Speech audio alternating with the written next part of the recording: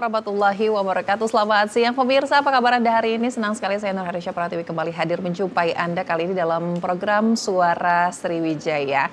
Beberapa hari terakhir ya, beberapa minggu terakhir ini kita melihat melalui sosial media gitu bahwa masyarakat khususnya di Kota Palembang ini juga cukup terkejut seperti itu ya kalau kita melihat berita di sosial media bahwa memang Bandara Sultan Mahmud Badarudin II Palembang ini harus downgrade menjadi yang tadinya statusnya internasional menjadi bandara domestik, dan ini berdasarkan keputusan Menteri nomor 31 tahun 2024 yang disahkan tanggal 2 April 2024 lalu.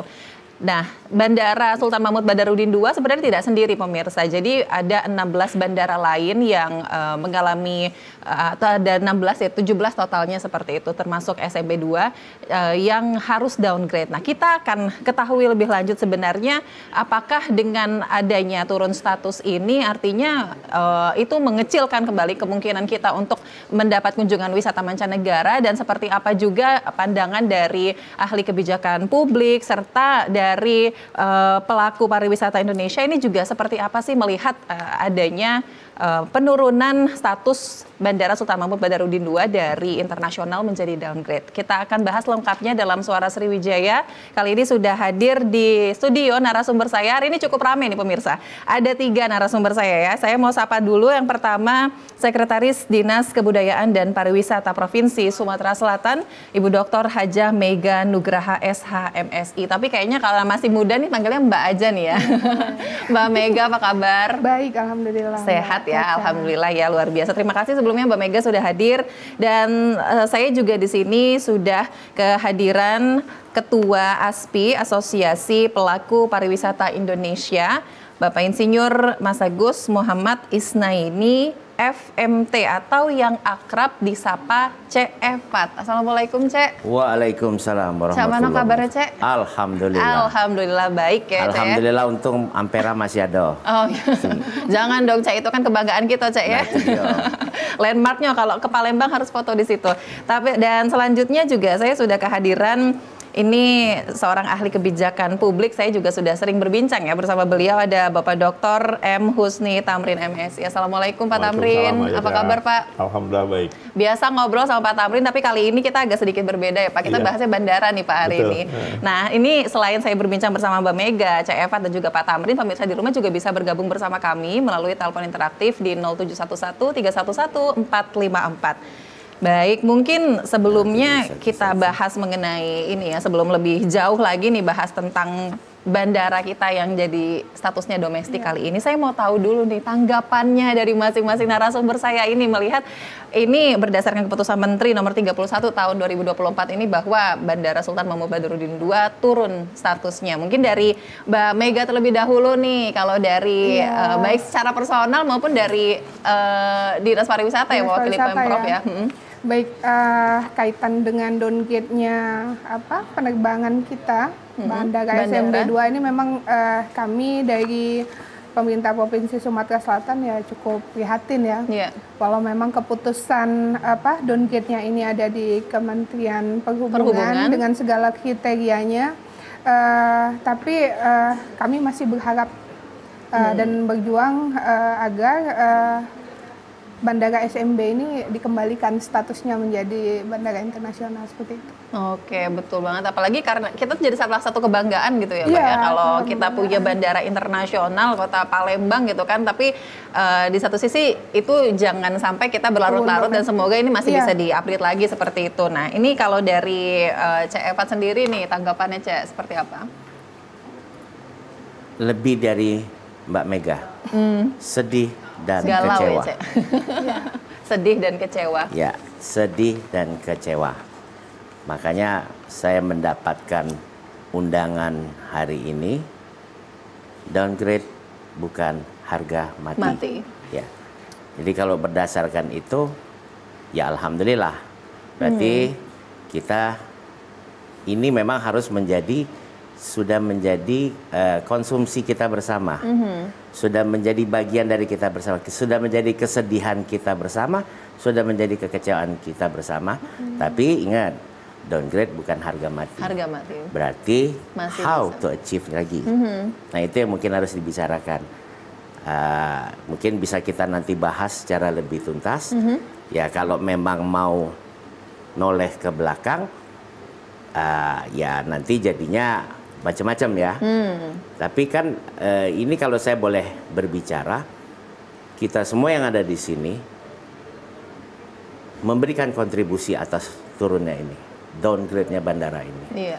Jadi sudah menjadi kewajiban kita, warga Sumatera Selatan, masyarakat Sumatera Selatan.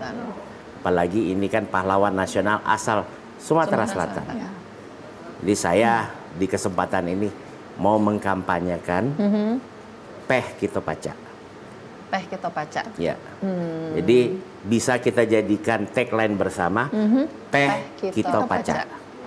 Ya Pak, Oke. Pak Tamrin ya, Peh Kito Paca. Peh Kito Paca. Ya. Peh Kito Paca balik ke lagi gitu. Iya. Bandara kita jadi internasional. Mungkin itu dulu pembukanya, karena saya lihat Pak Husni Tamrin sudah banyak banget yang mau dikeluarkan ini. Kita kasih kesempatan sama Pak Husni Tamrin dulu lah. Oke, baik. Nah, kalau Pak Husni Tamrin nih sebagai seorang ahli kebijakan publik melihat downgrade-nya status bandara kita, seperti apa ini Pak? Iya ya, dari tiba-tiba yang terlintas pas saya kok lagu slang ya, balikin, oh balikin. Pengennya gitu ya Pak? Sedih gitu ya, sedih artinya kan gini, waktu penjelasan, waktu keterangan pers dari Kementerian Perhubungan, waktu membaca tuh secara global, oke, memang kan artinya ada bandara-bandara yang memang tidak ada penerbangan internasional segala macam itu ya, jadi dalam rangka efisiensi dan dalam rangka memperkuat nanti domestik. Iya. Sampai di situ oke. Tapi waktu kita lihat kenapa Palembang, nah di sini pertanyaannya. Karena di Sumatera ini kan yang masih sisa itu kan Iskandar Muda, Kuala Namu, Sultan Syarif Kasim, Bandara Minangkabau, satu lagi mana ya? Ada 5 deh kalau Batam, Hang Nadim. Dengan Sultan Syarif Kasim misalnya gitu ya. Aircraft movement kita sama loh. Iya. Pergerakan lintas udara kita ya, jumlah orang pulang dan pergi, pesawat pulang dan pergi gitu itu sama loh gitu. Nah, sementara di sisi lain kita punya infrastruktur yang memadai untuk destinasi. Nah, makanya ya ini memang kerja keras untuk pariwisata ya. Pariwisata itu bagaimana meyakinkan pusat itu bahwa Palembang harus menjadi salah satu destinasi nasional gitu. Karena di sini kan orang datang ke sini itu karena kunjungan historis, sejarah. Memang kalau alam enggak, tapi MICE kan. Iya, MICE itu olahraga dan kita punya semua gitu. Makanya saya sesalkan juga ya kemarin tuh di WA group itu banyak sekali seliburan ada video-video mudah-mudahan bukan dari pariwisata ya. Yang pelawak Palembang ngomong, oh ngapo, aduh penghinaan bagi saya itu. Awak Kamali Saida, penghinaan itu. Oke, Gitu. jadi Ya, itulah. memang mungkin mau nambahin lagi nih, saya Evat nih. Mau nambahin banyak nanti jadi. Nanti dulu ya, Cak ya. Saya ikutin alur aja dulu. Nanti dulu ya, Cak ya. Oke. Baik, itu artinya kita sama-sama menyayangkan. Tapi tadi, kembali lagi kalau kita mention dan kita ingat lagi downgrade ini kan bukan harga mati. Artinya nanti kita masih punya upaya-upayanya gitu kan. Saya juga sama seperti Pak Tamrin gitu kan. Kalau kita lihat di sosial media ini masyarakat tuh jempolnya ya gatel mungkin ya Mbak Mega ya. Ini nih ngomongnya ini nih karena kita nggak punya lagi nih event internasional. Ini nih kita udah nggak ada lagi nih wisatawan mancanegara. Sebenarnya realnya itu seperti apa sih Mbak Mega? Kalau saya boleh komentari ya. Boleh dong. Sebenarnya acara internasional itu nggak stop. Karena memang ya kita ketahui kita ada vakum pada saat COVID. Tapi kita mulai balik lagi acara-acara internasional kayak saya kembalikan di hari ini saja.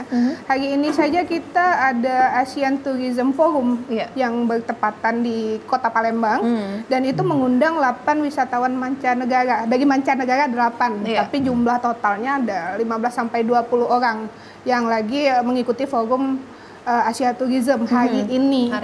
Dan kalau kita telisik dari perjalanannya, Sumsel ini kan termasuk yang ditoleh untuk event-event internasional ya. Dari SEA Games, ISG, Asian Games. Nah, bahkan tahun 2023 kemarin kan harusnya terlaksana ya Piala Dunia U20. Jadi kalau misalnya memang akhirnya batal U20 itu kan bukan karena kesiapan fasilitas kita, tapi memang ya karena kondisi lainnya. Jadi sebenarnya kalau misalnya kita tidak ada event internasional ya saya agak kita bicara data di sini. Jadi seperti itu kayak festival Skiwijaya Expo dan ada Skiwijaya Ranaugian Fondo itu mengundang wisatawan mancanegara dan lumayan.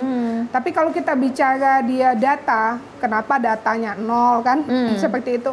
Karena memang pencatatan wisatawan mancanegara ini kan ada di imigrasi. Karena pintu masuk wisatawan mancanegara ini di Jakarta, ada yang dari Bali, baru ke Palembang. Jadi datanya itu domestik mancanegara. Akhirnya pada sampai di Palembangnya. Jadi tercatat di imigrasinya pada saat dia masuk Bali atau masuk Jakarta seperti itu. Jadi kalau acara internasional saya optimis karena memang sebenarnya kita tidak stop.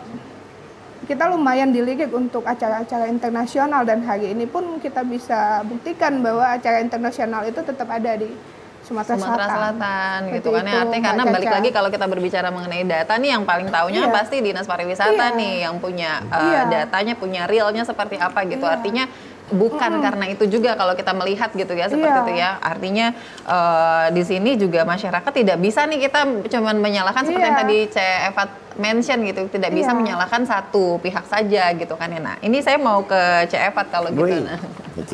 Nah, Eva sendiri nih ya sebagai ketua ASPI nih melihat gitu kan kondisi ini seperti yang tadi disampaikan oleh Mbak Mega juga. Ini sebenarnya kita tuh masih punya event-event internasional gitu kan ya. Nah, ini kalau dilihat bandara kita yang downgrade, sebenarnya apa sih yang paling ditakutkan gitu dari segi pariwisata seperti itu kan ya? Apakah memang nantinya ini seperti kecemasan masyarakat yang memang bakal terjadi gitu, nantinya bakal sepi, nanti semuanya itu pokoknya berubah nggak kayak waktu kita bandaranya internasional gitu? Oke.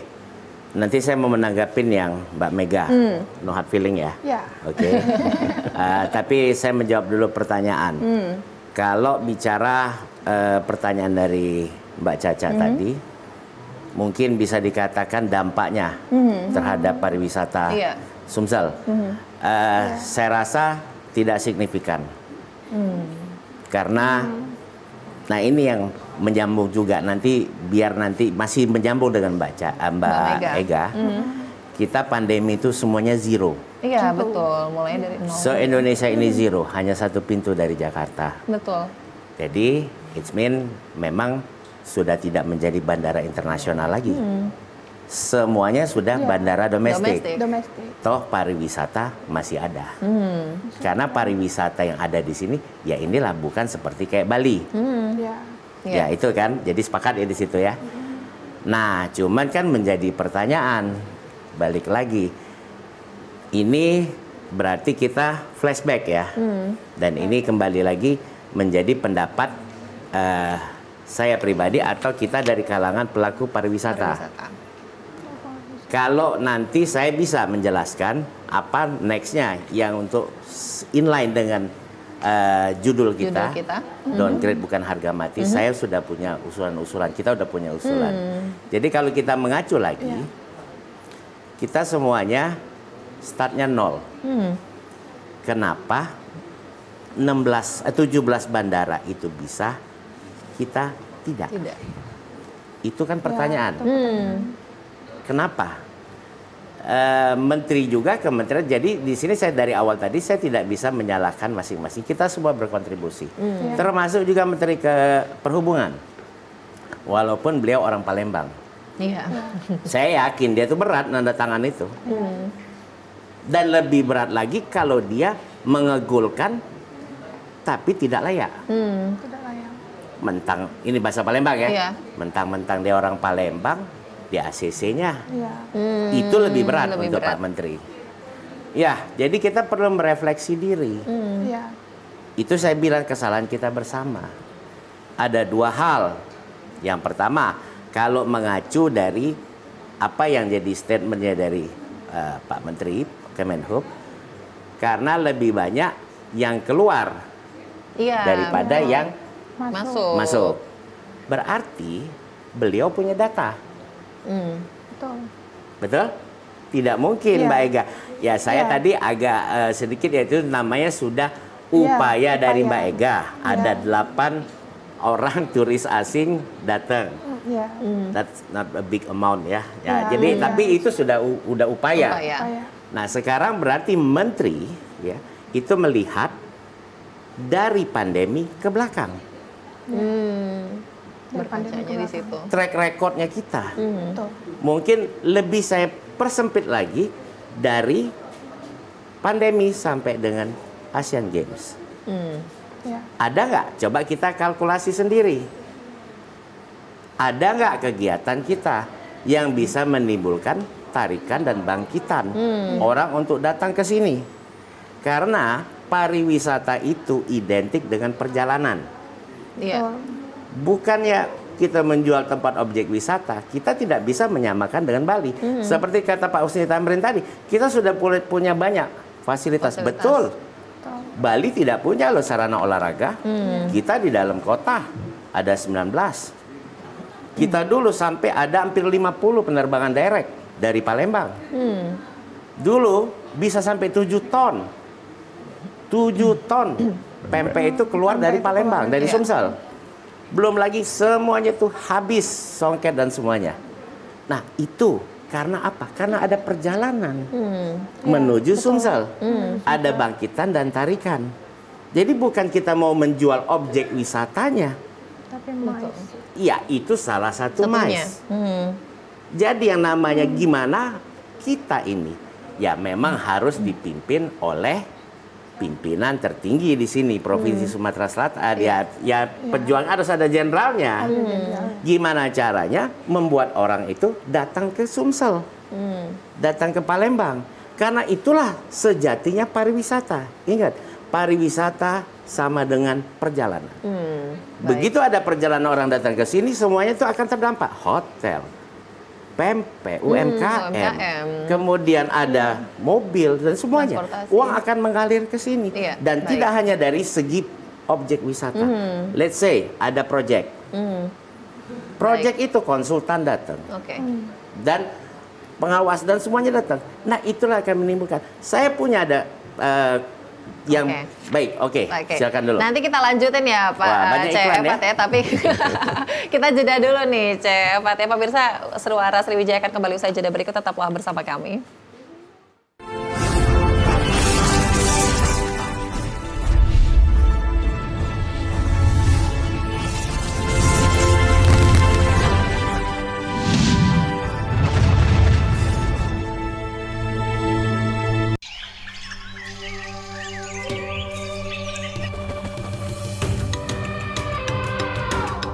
Taman Nasional Waikambas, kawasan konservasi dengan luas sekitar 125.000 hektar, kaya akan satwa liar dan menjadi habitat gajah Sumatera, Elepas maximus sumatranus.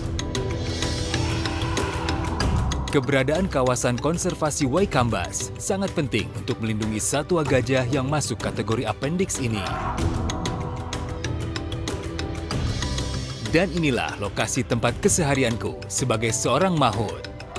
Interaksiku bersama hewan besar ini membangun keterikatan emosi layaknya orang tua dan anak.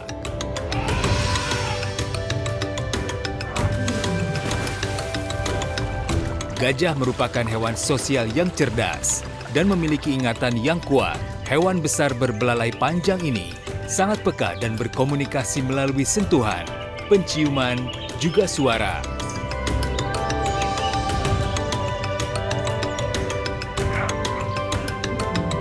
Konflik gajah dengan manusia, penyusutan hutan habitat alami gajah, dan perdagangan gading ilegal menyebabkan gajah diambang kepunahan. Satu pesanku, hidup berdampingan dengan gajah, cegah kepunahan.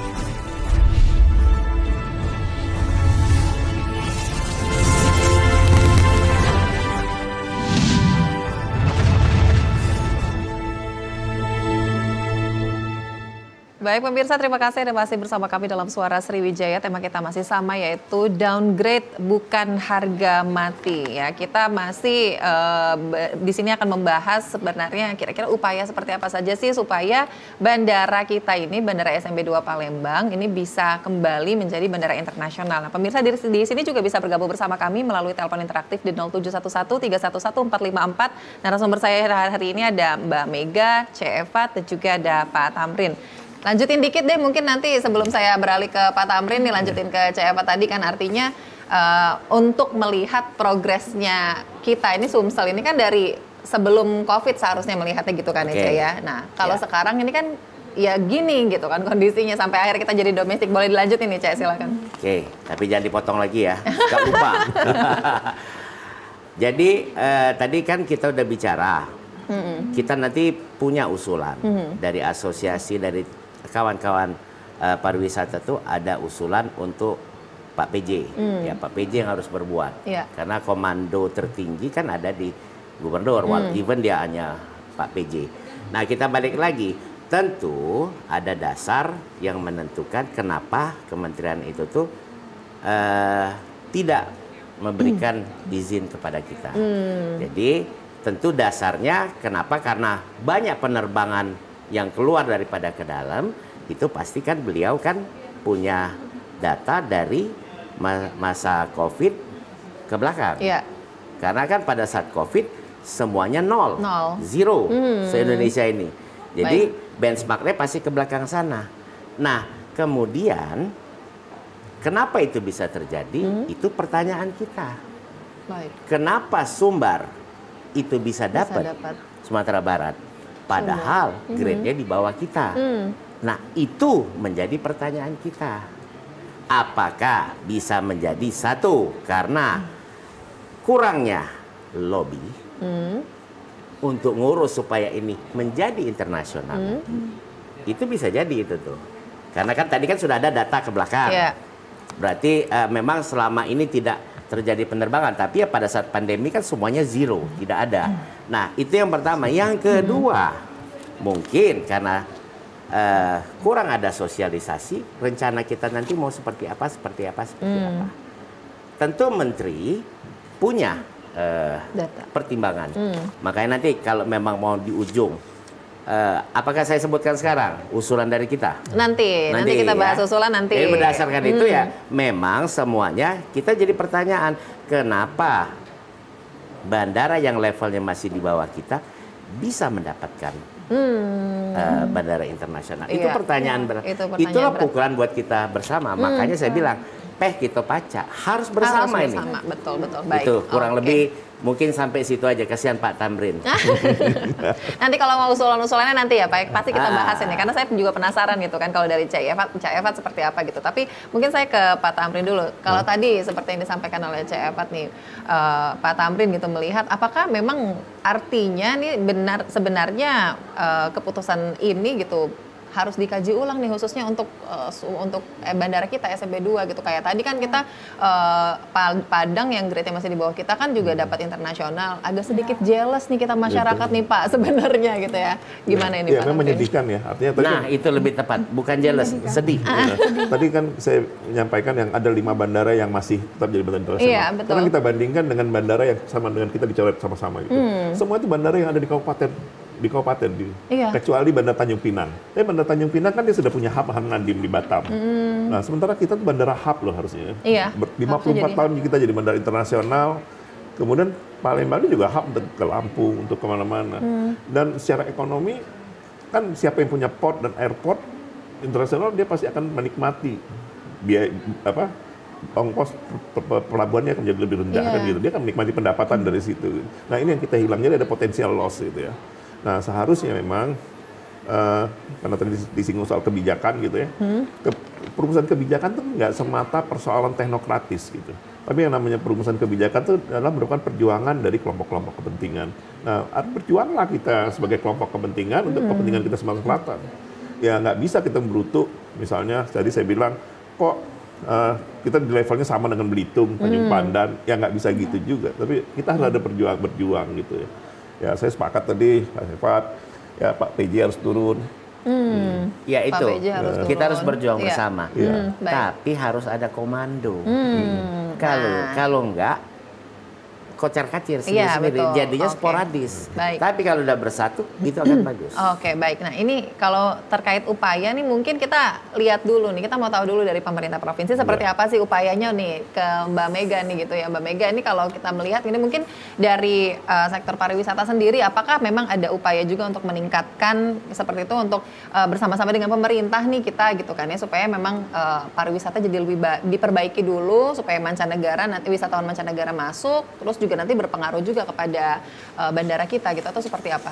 Baik, terima kasih Mbak Caca. Jadi sebenarnya pariwisata kita itu itulah tadi sudah disampaikan karena memang ini karena ada tidak adanya penerbangan internasional ya selama setelah COVID ini, dan memang ini sudah beberapa kali disampaikan di Rakor Kepariwisataan kaitan agar dibukanya kembali penerbangan AirAsia dan Scoot yang tadinya menjadi list penerbangan internasional kita, dan memang kita sebenarnya banyak sekali tingkat okupansinya itu yang sudah diperjuangkan, dan bahkan sempat tersebar isu kan pada saat itu bahwa AirAsia itu akan dibuka kembali di bulan 4 karena memang saya mendengar sendiri pada saat di Rakor Pariwisata itu disampaikan bahwa ada kemungkinan besar bahwa itu dibuka kembali. Jadi sebenarnya dari kami pemerintah Provinsi Sumsel, kami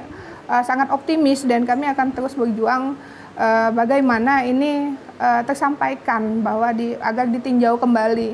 Dan kita sendiri kan sudah mendengar statement dari Bapak PJ Gubernur ya pada saat di DPRD kemarin, memang langsung ditanya bagaimana upaya-upayanya, dan memang audiensi Pak PJ Gubernur pada saat awal Januari kemarin kepada Menteri Perhubungan itu agar dibuka kembali penerbangan itu. Tentu saja izinnya itu dari pemerintah pusat, izinnya itu. Jadi upaya-upaya itu agar dikembalikannya penerbangan direct ya, baik yang domestik ya, ada yang dari Palembang langsung ke Bali yang tadinya ada, terus ada yang ke Semarang, 48 atau 50 dulu. Ada penerbangan direct yang itu yang diupayakan untuk dikembalikan, dan salah satunya juga penerbangan internasional yang 2 tadi dari dan ke Singapura dan Malaysia itu sudah diupayakan, dan memang ini prihatinnya kita ya karena keputusan ini. Tapi tetap saja kami bersama para pelaku pariwisata, dan kemarin memang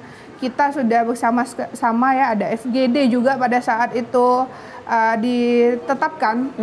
Itu langsung ada FGD di Kadin ya, bersama ASPI dan Masata, ada Asita, ada beberapa pelaku pariwisata yang berkepentingan, dan di situ kita bersama-sama.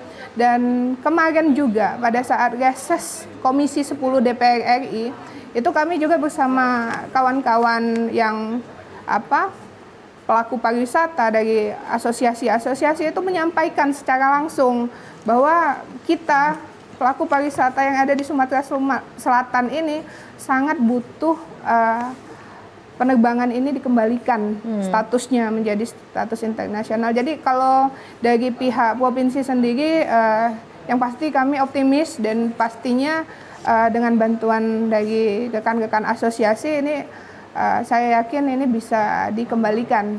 Yang penting komitmen kita untuk mengembalikan status ini. Seperti yang disampaikan tadi oleh Pak Cefat ya, Cefat bahwa pariwisata kita agak beda dengan Bali dan lain-lain. Jadi kita ada upaya yang pasti acara-acara tadi MICE dan lain-lain, dan itu terus kita upayakan, dan memang acara kita ini tetap terus berjalan seperti itu, Mbak. Kalau kita berkaca dari start kita mulai dari nol tadi, dari tahun 2020 ke tahun sekarang, itu seperti apa nih perkembangannya untuk dari sisi MICE nih? Karena kan MICE ini kan salah satu yang paling di highlight ya, yang paling kita mungkin yang paling kita tonjolkan salah satunya gitu di Sumatera Selatan, itu seperti apa? Iya. Jadi kan kita sebenarnya kalau di list satu-satu kan memang sebenarnya acara kita banyak ya, banyak. Tapi memang skala internasional yang paling besar yang kita harapkan itu ya si Piala Dunia U20 tadi yang batal tadi.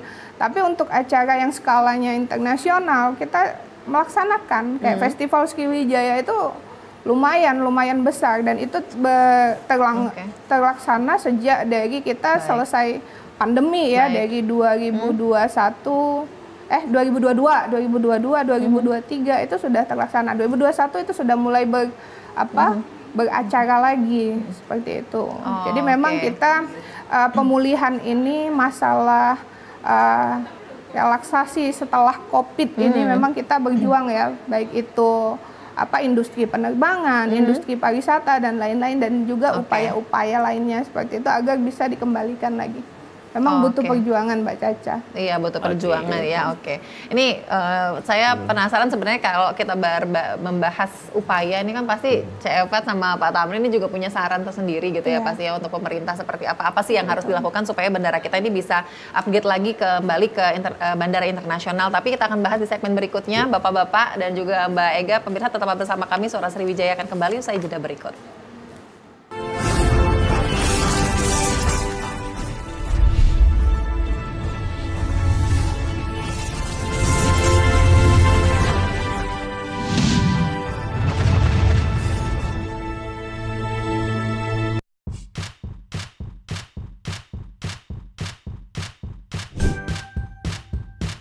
Keluarga Indonesia, sudah saatnya kita cerdas memilih tontonan yang tepat untuk anak. Karena tontonan yang ramah anak sangat penting untuk membentuk karakter dan tumbuh kembang anak. TVRI menghadirkan program-program tayangan yang edukatif dan aman untuk buah hati kita. Ayo ke museum. Buah hatiku sayang.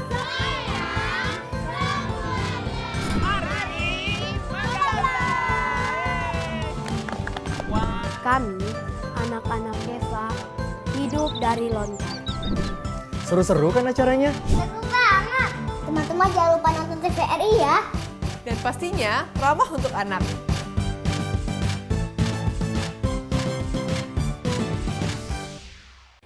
TVRI Sumatera Selatan merupakan lembaga penyiaran publik yang menyajikan program acara berupa informasi, pendidikan, dan hiburan. Memiliki coverage area yang sangat luas, TVRI Sumatera Selatan dapat Anda saksikan melalui aplikasi TVRI Klik, aplikasi Intek, satelit Telkom 4 dan satelit Merah Putih, serta live streaming YouTube TVRI Sumsel. TVRI Sumatera Selatan mengajak Anda untuk berkolaborasi melalui kerjasama siaran dan kerjasama non-siaran. Kerjasama siaran meliputi advertorial, iklan komersil, iklan layanan masyarakat, full telop, serta running text. Siaran program berupa talk show, feature, budaya, dan hiburan musik. Kerjasama non-siaran meliputi MUX untuk siaran digital. Bagi Anda yang ingin bekerja sama, silakan hubungi bagian pengembangan usaha dan promo TVRI Sumatera Selatan.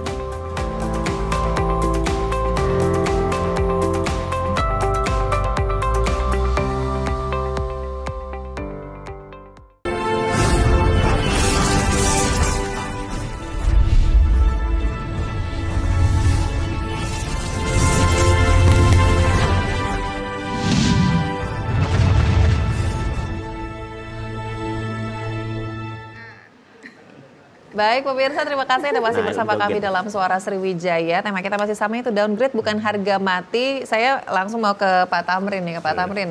Kalau tadi kan Mbak Ega udah membahas tentang upaya-upayanya lah sejauh ini seperti apa. Setidaknya bukan nol loh Pak Cek gitu kan ya, dari pemerintah ini memang sudah berupaya juga seperti itu. Nah tapi kalau dari Pak Tamrin nih sebagai seorang ahli kebijakan publik, sarannya gimana sih Pak sebenarnya yang terbaik nih untuk kita bisa balik lagi? Ya, karena kan persoalannya sekarang yang paling utama itu gini, bisa aja kita paksa dengan lobby Menteri Perhubungan membuka bandara jadi bandara internasional, tapi penerbangan ada apa enggak? Jadi agak complicated sekarang kan gitu ya. Sehingga memang artinya perjuangan itu nggak bisa dengan perjuangan yang B atau biasa-biasa aja kan gitu. Ya, nggak bisa bisnis-as-usual gitu. Tapi harus perjuangan yang harus ada lobby ke airline kita kan. Ya semuanya gitu. Dan negara-negara tetangga saya pikir melakukan itu ya. Malaysia tuh sering kali mengundang para pelaku pariwisata dan melakukan round table di sana. Saya nggak tahu di kita ada nggak itu. Undang mereka, jadi mereka membawa turis ke sini gitu kan. Ya, yang begitu-begitu. Artinya kan pertama ada penerbangannya, terus yang kedua ada penumpangnya, ada yang datang gitu kan. Kan kalau nggak itu ya percuma juga kita lobby. Makanya ini lobby nggak cukup hanya sekedar dengan lobby-lobby formal kita datang ke menteri terus bilang atau apalagi kalau cuma datang ke menteri pariwisata yang itu seperti ya mohon maaf lah itu seperti cerita kakek-kakek yang lagi nyari sesuatu di pinggir jalan di bawah lampu terus ditanya nyari apa kek, nyari dompet, hilangnya di mana, di kamar, Pak nyari di sini, di kamar gelap gitu. Ya ini kan nggak tepat ya, memang ini harus sinergi. Ya, saya juga nggak bisa nyalain pariwisata, tapi pariwisata berjuang satu hal, terus yang lain juga berjuang yang hal lain. Ya, sinergi lah intinya gitu. Kalau dari sekarang sinerginya gimana ini Pak? Kayaknya jalan sendiri-sendiri, paling nggak transparan, nggak terlihat. Mungkin ada, cuma kita nggak tahu gitu kan.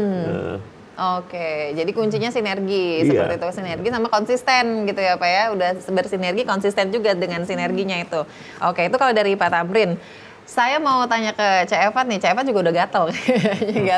gatel artinya maksudnya mau ngomong gitu, karena saran-sarannya, upaya-upaya pemerintah gitu, untuk pemerintah gitu, seperti apa ini Cak? Saya mau menanggapi juga sedikit dari ini, Mbak Ega nih, adik saya tersayang ini, yang benar-benar hebat. Itu udah menjadi rahasia umum bahwa AirAsia itu akan datang ke sini. Kenapa lepas? Apakah sudah dilakukan lobby? Itu pertanyaan. Itu peluang sayang. Dan memang benar itu harus dilobi, kata Pak Tamrin tadi, harus ada lobby, didatengin semuanya. Itu bercerita yang tadi tanggapan. Balik lagi saya tolong ulangin pertanyaan yang lebih spesifik apa tuh saya? Upayanya kita supaya bandara kita ini bisa balik lagi internasional. Upaya itu benar kata Pak Tamrin harus sinergis bersama-sama. Gimana caranya kita bisa menciptakan sustainable tourism, pariwisata yang berkelanjutan. Pariwisata yang tidak dicekokin. Dicekokin tapi dia bisa itu, Cak? Ya, cekokin. Nah, ini udah kepalang ya. Oke. Yang terjadi ya saat ini. Nanti punya solusi. Tolong jangan dipotong ya sampai selesai. Tugas pemerintah, as far as I know, ini ada Pak Tamrin, itu adalah regulator. Kemudian fasilitator. Promotor, mempromosikan, dan yang keempat, ya memberikan kontributor, bukan sebagai eksekutor. Mohon maaf Mbak Mega, yang tadi Mbak Mega bilang itu lebih banyak sebagai eksekutor, betul ya? Ya, jadi diselenggarakan ini Grand Fondo, diselenggarakan ini. Nah, selesai event, selesai. Jadi tidak berkelanjutan. Padahal kita pengen menghidupkan sustainable tourism itu, ya berkelanjutan. Sebenarnya, sebagai regulator, fasilitator, promotor, dan kontributor, bagaimana menciptakan supaya ada kunjungan ke sini. Kunjungan ke Sumsel. Kunjungan itu sama dengan pariwisata seperti saya bilang di awal. Banyak sekali peluang. Saya ambil salah satu contoh. Dokter, coba di Google. ID itu ada berapa banyak cabang olahraga. Jadi panggil semua OID. Ini baru satu ya. Kalian itu ID itu pasti masing-masing cabang ada. PIT, ada POGI, ada IDAI, ada semuanya. Itu ada yang namanya kongres. Ada yang pekan ilmiah tahunan. Itu kita Pemda tidak perlu duit. Mereka tuh kaya. Begitu banyak sponsor. Coba dilihat, Saya pernah menangani IDAI dan POGI. Itu kurang lebih ada 2.000-3.000 orang yang datang. Pesertanya aja 2.000. Dia bawa istri. Belum lagi sponsor yang datang. Ya. Itu sampai ke hotel yang kecil-kecil di kilometer 7, 8, 9 penuh semua. Dan itu multiplier effect. Apakah Pemda mengeluarkan uang? Tidak. Begitu yang datang 3.000, 4.000 orang, itu ada yang belanja pempek, ibu-ibunya belanja songket, orang pariwisata tuh. Itulah akhirnya bukannya objek pariwisata, tapi kan akhirnya memicu pariwisata. Ada transportasinya, ada tour guide-nya, ada restoran yang didatengin. Baik. Itu baru salah satu. Ya, ini masukan untuk harapan kami untuk siapapun nanti yang menjadi pemimpin yang masa yang akan datang, kreatif lah. Memang tugas pemerintah itu membenahi, melayani apa kebutuhan dari masyarakat. Tapi kreatiflah untuk mendatangkan orang ke sini. Itu yang akan menjadi sumber keuangan. Gimana kalau setiap bulan, setiap 3 bulan ada kongres seminar. Satu cabang kedokteran itu ada yang namanya Pekan Ilmiah Tahunan, ada yang namanya kongres, dan ada yang semuanya. Ini sejalan dengan apa yang kami gaungkan ASPI. South Sumatra is the land of health tourism. Karena salah satu, nyimpang sedikit ya, salah satu dari health tourism itu cluster, salah satunya itu ialah wisata ilmiah kedokteran. Ya ini, undang, oke, nanti apa yang dibutuhkan, kami jamu ya, makannya nanti di Geria, makan ininya di rumah wali kota. Mereka nggak butuh duit, tapi mereka tuh pride, dihargai. Yeah. Bahwa mereka dihargai, oh untuk datang. Itu baru salah satu loh. Belum yang lain-lain. Itu yang menurut saya, akhirnya itu tidak perlu sebagai eksekutor. Dilepaskan tapi distimulan, dipromosikan, disambut. Mereka tuh senang bisa datang. Nah itu yang saya bilang tadi, itu salah satu mungkin yang mungkin saya nggak tahu ya. Harusnya itu bisa kalau misal semua cabang datang. Sehingga ekonomi itu akan bergulir. Nanti ada yang bilang, oh masalah keamanan, oh masalah fasilitasnya jelek. Gini loh Mbak Caca, Mbak Caca punya rumah makan, ya? Belum sih Pak sekarang. Ya, belum. Let's say Mbak Caca punya rumah makan, sudah misalnya 5-10 tahun, sepi, mau nggak ngerehabnya? Nggak mungkin kan? Investor itu tidak akan bergerak kalau tidak ada kunjungan. Jadi kalau misalnya ada terus kunjungan, ya sebalik lagi, yang jadi preman-preman Malak itu, kalau misalnya 6 bulan sekali baru ada orang datang, setahun sekali, itu pun nggak banyak, kesempatan. Tapi kalau misalnya datang terus bis banyak, seperti kayak di Bandung, seperti kayak di Jogja, Mbak, haram aja susah loh sekarang ini, nyari yang haram itu. Mereka itu berjuang salah-salah di door. Kalau ada, mungkin mereka bisa jual souvenir kek, atau bisa melakukan hal lain. Kalau itu datang kunjungan banyak. Nah ini saya berharap pemimpin yang akan datang kreatif lah. Di samping sebagai pelayan, yuk datangkanlah orang. Jadi itulah bagian nanti dari tourism, sehingga nanti orang akan berbenah. Nah dari situ baru kita muncul. Kalau kita mau memperbaiki dulu, pariwisatanya diperbaikin. Oh, ini yang di tempat makannya ada, tempat wisata ini. Itu kan investasi. Orang juga berpikir ekonomi siap. Saya nggak mau investasi. Orang nggak ada pengunjung.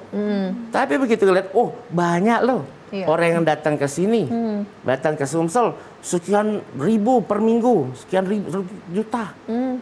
Itu akan membenahi sendiri semuanya. Dan itu tidak perlu campur tangan pemerintah. Itu menurut hemat kami. Itu salah satu. Boleh. Mungkin sebelum dilanjutin lagi, Mbak Mega mungkin nih kayaknya dari tadi mau nanggepin gitu. Boleh deh dari Mbak Mega tanggapannya, Anto. Iya.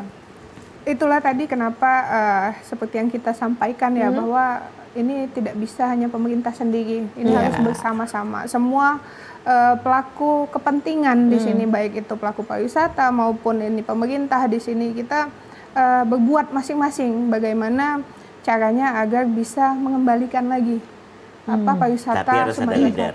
Harus ada leader. Jadi tidak sporadis seperti kata Pak Usi Tamrin. Ini kebijakan publik loh, orang kebijakan publik yang ngomong. Karena yang terjadi itu sporadis sini. Ya sama aja kalau ngelobi ke Pak Menteri. Pak Menteri, kami nyampaikan aspirasi gitu, ya ada yang ngirim udahlah, nggak akan ada realisasi. Silakan, sorry dipotongnya karena berapi-api. Oh iya, oke baik. Kalau misalnya memang keputusan pemerintah sendiri yang pada saat downgrade-nya itu memang keputusan Pak Menteri, tapi penerbangan itu disampaikan secara langsung dengan maskapai karena ini industri ya, industri penerbangan. Jadi seperti pada saat kenapa itu disampaikan di Kakor? Karena itu adalah forum ketemunya pelaku-pelaku pariwisata dan pelaku pemerintah sendiri di situ. Jadi sebenarnya sudah disampaikan dan memang kemarin ada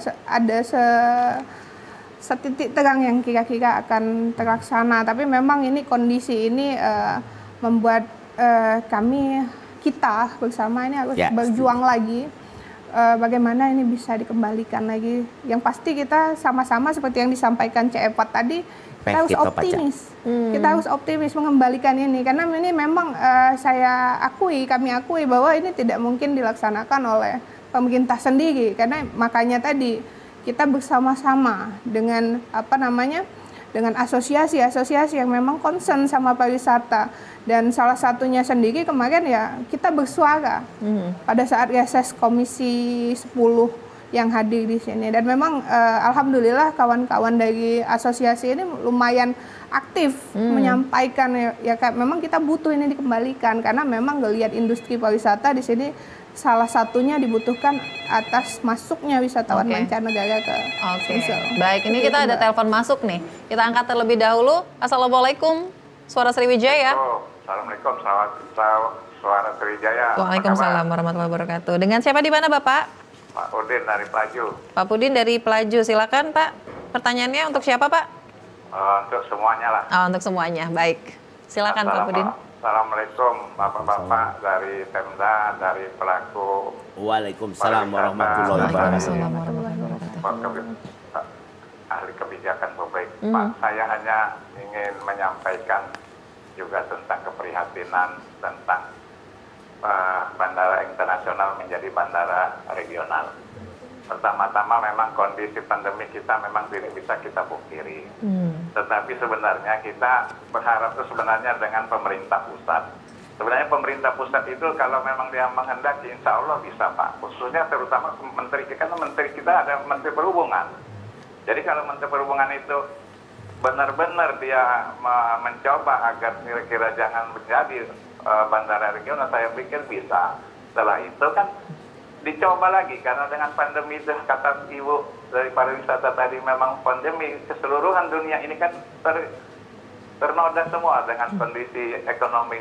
Jadi maksud saya pemerintah pusat ke Menteri Perhubungan yang di situ ada menterinya Bapak Menteri Perhubungan dari orang Sumatera Selatan. Jadi perjuangan dari Bapak Menteri itu perlu karena dia memang kita kita ditempatkan di situ. Harapan kita memang ada sedikit memperhatikan walaupun kita sudah berusaha semaksimal mungkin. Ibu tadi dari pariwisata, dari pelaku pariwisata, dari kebijakan publik. Saya pikir ini memang kita dorong sekuat tenaga dari Menteri Perhubungan. Terima kasih. Wassalamualaikum warahmatullahi wabarakatuh. Waalaikumsalam warahmatullahi wabarakatuh. Baik, mungkin ini untuk menanggapi ya, jadi tidak bertanya tapi juga sama memberikan pendapat dan pandangannya gitu. Mungkin dari Pak Us nih, Tamrin nih melihat ini artinya masyarakat ini juga bersuara seperti hal demikian. Apakah memang artinya gimana nih Pak kalau melihat tanggapan ini? Apakah memang artinya keputusan ini mempengaruhi sekali ya terhadap persepsi masyarakat dan masyarakat tadi balik lagi harapannya malah ke pemerintah pusat gitu? Iya, ya memang yang memutuskan pemerintah pusat, tapi kan pemerintah pusat nggak sendiri gitu ya, harus ada usaha juga dari kita gitu ya. Karena kalau bahasa Palembang ini kan ngampuk ya. Masa kita sama dengan Belitung gitu ya. Ya bukan ngecilin Belitung lah ya. Bukan regional, domestik. Dan Belitung itu kan adalah final destinasi kan. Kalau kita kan masih hub, orang berjalan ke Palembang itu bukan final. Dia bisa pergi ke Pagaralam, dia bisa pergi ke Lampung. Iya. Sehingga kalau kata Cek Eva tadi kan, dia bisa jajan di sini lebih banyak. Ya. Pempek lebih banyak, pedagang pempek kita kurang. Jadi memang itu pertama ya harus ada usaha-usaha ya, lobby lah ya, lobby. Tapi bukan hanya sekedar lobby, jangan kita nanti terjebak dalam lobby-lobby, tapi pariwisatanya sendiri nggak kita siapkan. Ya, nah, ini juga tugas ya tugas kita lah. Artinya tadi kan kritik TFA tadi bagus ya, kok semuanya harus pemerintah gitu ya. London Marathon, Boston Marathon itu swasta begitu ya. Iya. Ini Brand Fondo kok pemerintah gitu ya. Setuju. Padahal pemerintah itu ya, public spending dari pemerintah itu kontribusinya terhadap kemakmuran itu juga paling cuma 14%, 15% gitu. Mending pemerintah memfasilitasi masyarakat yang kerja sendiri gitu kan. Ya, artinya ini pelajaran kita lah kan ya. Jadi jangan semuanya serba pemerintah gitu. Nah, jangan semuanya serba pemerintah gitu. Artinya nge-guide lah ya gitu ya Pak ya, Tapi pemerintah juga harus open. Harus open dan merangkul itu tadi. Promotor, kemudian fasilitator, kontributor, kontributor dan regulator. Oke, nah dari Mbak Mega mungkin juga ingin menanggapi tadi pernyataan dari Pak Udin di Pelaju. Ya sebenarnya kita di sini kalau saya lihat dari kemarin-kemarin pada saat ini muncul, alhamdulillah sebenarnya kita satu jalan. Tinggal ini disuarakan dan bagaimana kita memperbaiki kan bersama-sama seperti itu. Kami tidak melakukan pembenaran lah apa yang sudah kita laksanakan, tapi memang dengan optimisme dari kawan-kawan seperti ini dan dukungan terhadap pemerintah daerah ini, kami juga saya yakin dan sudah disampaikan juga oleh PJ Gubernur dan optimis dari kita semua di sini. Dan agar ini dikembalikan menjadi penerbangan internasional ini itu tadi. Oke, optimis tapi tadi juga harus ada gerakannya gitu ya, dari seperti yang disampaikan oleh Pak Cek Evat, maksud kami harus open gitu. Nah mungkin dari Cek Evat juga nih. Saya apresiasi Pak Udin tadi di Pelaju. Pak Udin Pelaju. Jadi inilah wujudnya, inilah rasa yang dirasakan oleh masyarakat Sumsel. Semuanya ini bukan hanya satu pihak yang bersalah, kita semua memberikan kontribusi. Tugas kita, Pak, bagaimana bersuara secara elegan, supaya ini tetap bisa menjadi aware-nya atau perhatian dari pemerintah lokal dan pemerintah pusat. Itu tugas kita bersama, termasuk tugas kami di sini. Kita tidak bisa menyalahkan satu pihak. Tadi di awal kan sudah bilang, Pak Menteri itu pasti juga berat. Mau menandatangan, apalagi dia sebagai orang Palembang, pasti dicemoohkan orang. Karena memang kita sendiri juga tidak kalau maksud itu, tidak bersigen itu. Mungkin kita gimana mau jalan, kalau kita rem tangannya masih terpasang, gigi masih masuk, mesin nggak dihidupin, nggak akan bisa berjalan. Jadi ya memang mau telur dulu, mau ayam dulu. Itu harus. Pelaku pariwisata pernah diajak nggak ngobrol sama kepala dinas pariwisata, misalnya kumpul-kumpul? Kita ini apa yang kita lakukan? Nah, kemarin kita udah kumpul pelaku pariwisata, asosiasi-asosiasi dari ASPI, ASITA, Masata, PHRI, kemudian dari semuanya lah, semua lini. Berkumpullah di Kadin. Jadi difasilitasi bersama oleh Ketua Kadin Sumsel, Pak Afandi Uji. Karena ini semuanya berkaitan dengan ujungnya ke perekonomian. Ya, multiplier effect. Kita sudah punya beberapa masukan. Udah boleh diungkapkan masukan? Iya, boleh silakan tadi. Jadi ini sudah menjadi konsumsi publik. Ya. Sebenarnya memang untuk melobi ini, seperti kita udah cerita di awal tadi kan, kenapa ini bisa terjadi, memang perjuangan ini, lobby ini memang harus dipimpin oleh pimpinan tertinggi pihak eksekutif. Dalam hal ini kami memberikan masukan kepada Pak PJ, Pak Fatoni. Sebenarnya Pak PJ itu sudah enak, no hard feeling loh. Iya. Beliau itu kan PJ. Ini juga bukan kesalahan beliau. Iya, betul. Tunjukkanlah, Pak PJ, tunjukkanlah bahwa Bapak itu aware sebagai pejabat gubernur di sini, aware. Tinggalkanlah legacy. Ini salah satu atas usaha Pak PJ. Jadi jangan sorry, jangan hanya lip service. Usulan dari ASPI kemarin pada saat kami rapat di Kadin, ada 2 yang utama. Yang pertama, karena ini sudah menjadi konsumsi publik, ya, tanggapin, datang secara resmi ke kementerian. Yang pertama, kita mohon penjelasan apa penyebabnya bandara kita ini downgrade. Kenapa kita tidak bisa menjadi internasional yang sebelumnya internasional? Yang sebelumnya ada hampir 50 penerbangan direct flight. Apa yang menjadi penyebab latar belakangnya? Apalah dasarnya? Kita mohon penjelasan. Karena ini sudah konsumsi publik, buka ke publik. Iya, betul. Jadi kita ada tidak perlu ditutup-tutupin. Itu bagian dari masa lalu. Sekarang kita mau menatap ke depan. Itu yang pertama. Tanyakan sama Pak Menteri. Jadi kita tidak bisa menyalahkan Pak Menteri ya. Tidak bisa, kita salah semuanya punya kontribusi. Balik lagi saya bilang itu berkali-kali. Karena saya juga kasihan sama Pak Menteri. Itu yang pertama. Yang kedua, bagaimana how to achieve. Bagaimana menggembalikan ini sesuai dengan standar dari kementerian. Supaya kita bisa menjadi bandara internasional kembali. Step-stepnya apa? Benchmarknya jelas. Kalau cuma bisa sebatas itu sudah cukup menurut saya. Tugas dari seorang PJ. Buka ke publik. Ini loh yang harus kita lakukan bersama. Mari, saya bilang tadi, peh kita paca. Sama-sama kita kerjain. Ya memang harus seorang PJ. Tinggalkanlah legasinya. Yang memperjuangkan ini, ya nggak bisa Pak. Seorang Pak Husni Tamrin nggak ada suaranya. Kami jadi pelaku, hanya pelaku tidak bisa. Tapi udah kumpul rembuk. Ini loh. Nah, sambil kita pelajari. Tadi kalau kita pelajari, kita udah panjang lebar kan. Kenapa ini terjadi? Itu versinya kita. Yang tadi saya bilang itu versi kita. Nah, sekarang kita tanyain benar, Pak Menteri apa penyebabnya? Nah, ini kenapa Pak PJ datang ke situ? Karena kami diminta oleh pelaku, kami diminta oleh dari pihak Kadin. Masyarakat juga masyarakat sudah menuntut. Nah, kami pengen tahu kenapa kami tidak perlu menyalahkan. Oh, si ini kan bisa kok, kami ini, oh si ini bisa, oh si ini bisa. Itu menurut kami, dan itu sudah kami sampaikan ke Pak Tamrin. Iya, nah itu juga kalau kita tahu benar-benar penjelasannya apa, alasan latar belakangnya itu apa, kan jadi lebih mudah juga mungkin ya Pak ya, geraknya kita mau achieve kembali nih bandara kita jadi internasional kan jadi lebih tahu gitu. Buka ke harus publik. Dibuka publik karena publik juga penasaran pasti kan. Dan ini sudah menjadi konsumsi publik. Betul. Sudah menjadi keinginan masyarakat Sumsel.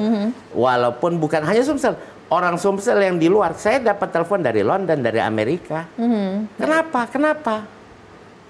Oke. Ya, itu. Iya, harapannya tadi ya, kita jadi harus baik dari pemerintah ini bisa menyampaikan juga nanti ke masyarakat kira-kira sebenarnya alasan utamanya apa supaya kita bisa bergerak sama-sama nih, tidak hanya pemerintah juga, jadi ke masyarakat juga, pelaku pariwisata juga seperti itu kan. Pak Tamrin juga mungkin nanti jadi lebih mudah untuk kalau kasih saran-saran gitu ya Pak ya. Oke, baik. Nah ini nggak kerasa ya Pak kalau kita bahas bandara kita ini, sebenarnya saya masih mau ngobrol banyak, tapi mungkin insya Allah kita bisa bahas di lain kesempatan kita lebih jauh lagi juga gitu ya, supaya mungkin nanti sudah ada perkembangan lebih baik lagi seperti itu informasi-informasinya. Dan terima kasih juga sekali lagi Mbak Mega, Cefat, Pak Tamrin sudah bergabung bersama kami hari ini di Suara Sriwijaya, dan terima kasih juga pemirsa telah menyaksikan Suara Sriwijaya edisi kali ini. Akhir kata saya Nur Harisha Pratiwi pamit. Wassalamualaikum warahmatullahi wabarakatuh. Sampai jumpa.